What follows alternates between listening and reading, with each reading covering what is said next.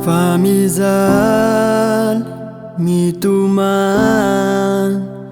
iya kwa utamay tengatuy masyar malaelo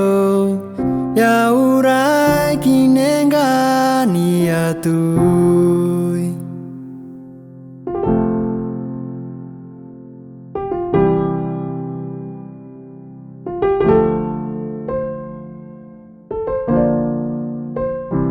Isanan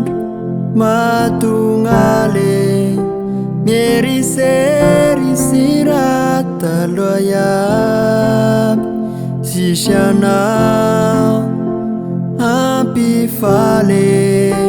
inwavaw langi hazanay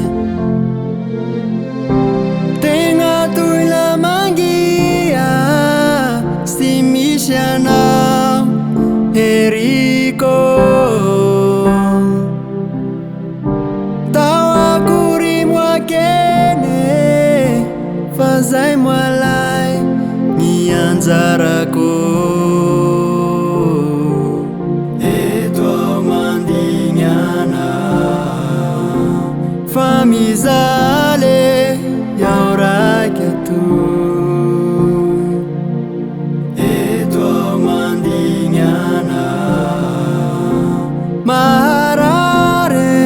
marare okene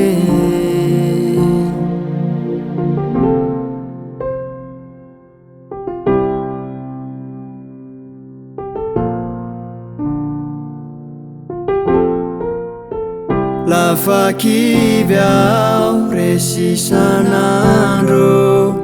iya kwa ngitaray na kwatuy la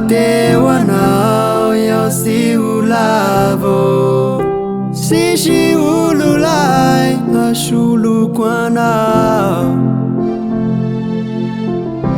tenga tuy lamangia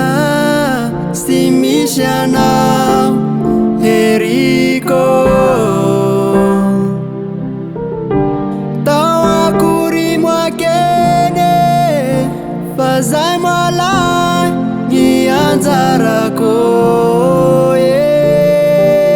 etwa mandinyana famizal